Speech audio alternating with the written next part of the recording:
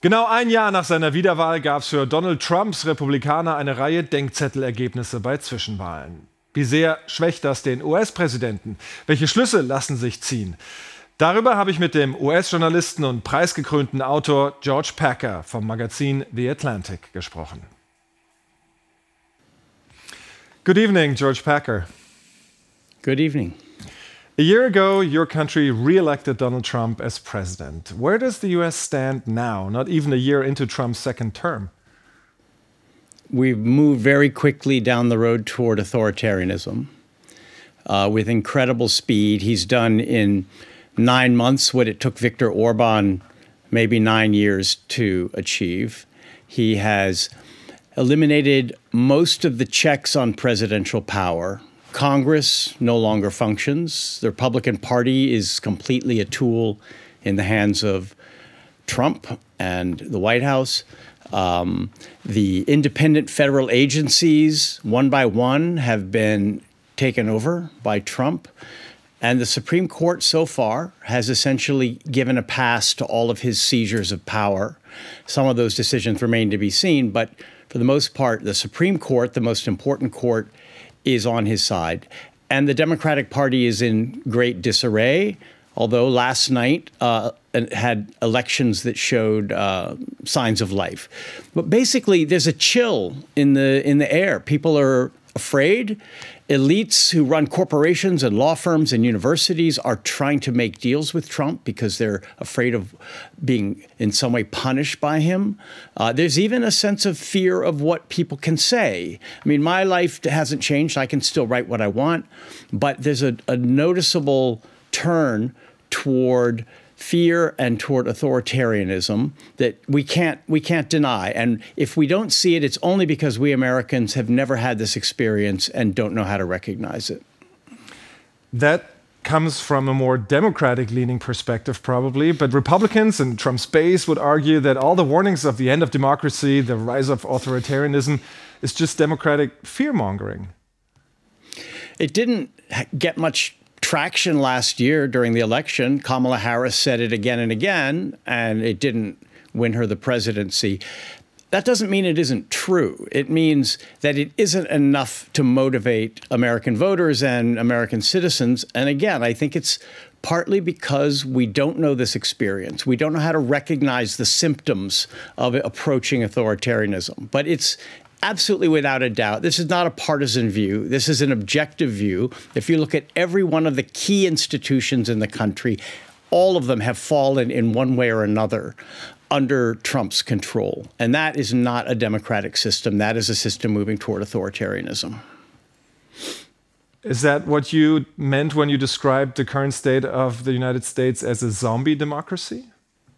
We are sleepwalking into authoritarianism. There is some protest. The No Kings rallies have been widespread across the country with millions of people, but basically most Americans don't feel it. Their daily lives haven't changed. It's not happening to them. It's not happening to someone they know, if they're lucky. And so most people pay attention to what is directly affecting them. And so most people are sleepwalking, or don't have their eyes open. And the media, my world, my colleagues, don't have the power to open their eyes because we no longer listen to each other. We no longer trust each other. The media, the mainstream media, is cut off from a large number of Americans. And so facts no longer have the same pressure on people's minds as they did when I was younger. And at the same time, the United States has weathered so many storms in its almost 250 years of history, even a civil war. What do you think is different now? Well, this is not the Civil War. That was a national tragedy and catastrophe. This is something else. It's more like a creeping cancer rather than a heart attack or a stroke. It's not as dramatic, but it could have longer-term effects because I think what's different now is partly media and social media and how we communicate. The fact that there's no more a shared reality. each side has its own facts. So I think of it as the disappearance of truth. And I don't know how a democracy can survive if truth disappears and if citizens are incapable of knowing what's true, what's real, and acting on that. And there's a kind of withdrawal from civic participation, whether out of comfort, material comfort, cynicism, hopelessness, complacency.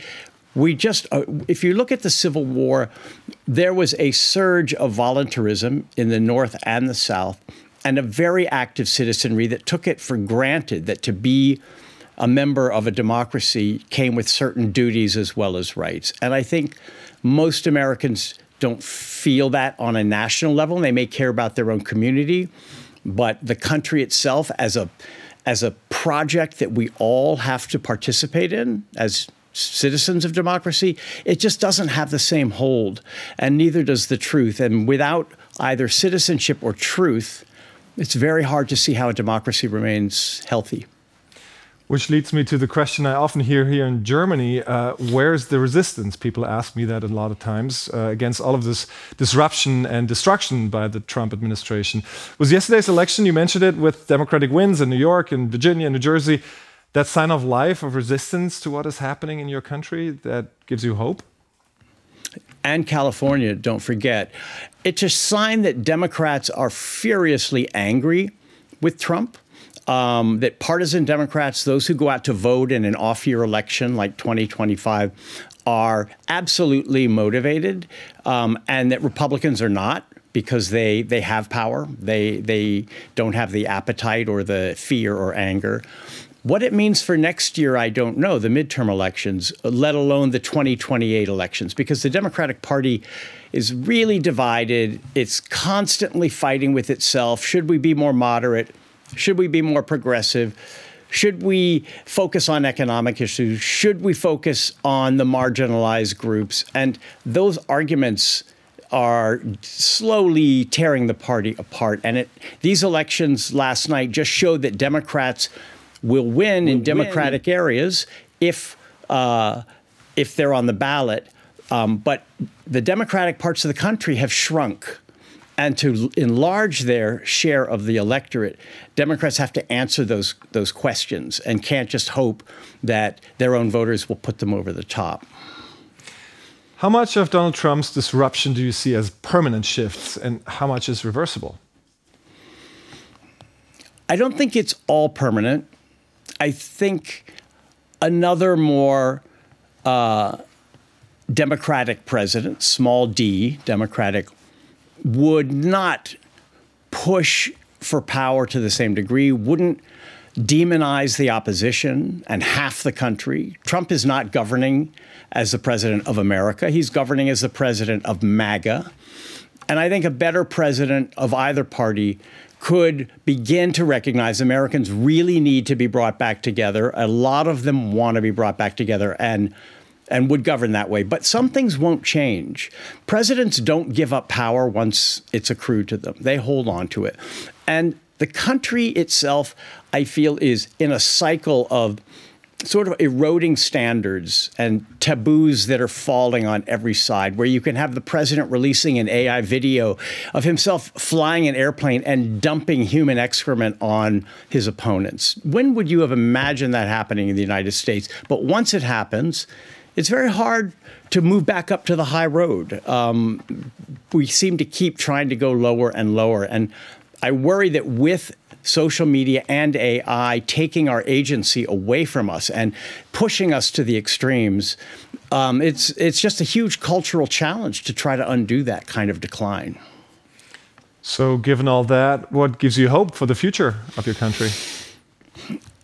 I saw a lot of young people in New York City, including my own son, inspired by a new candidate, a fresh face, new ideas.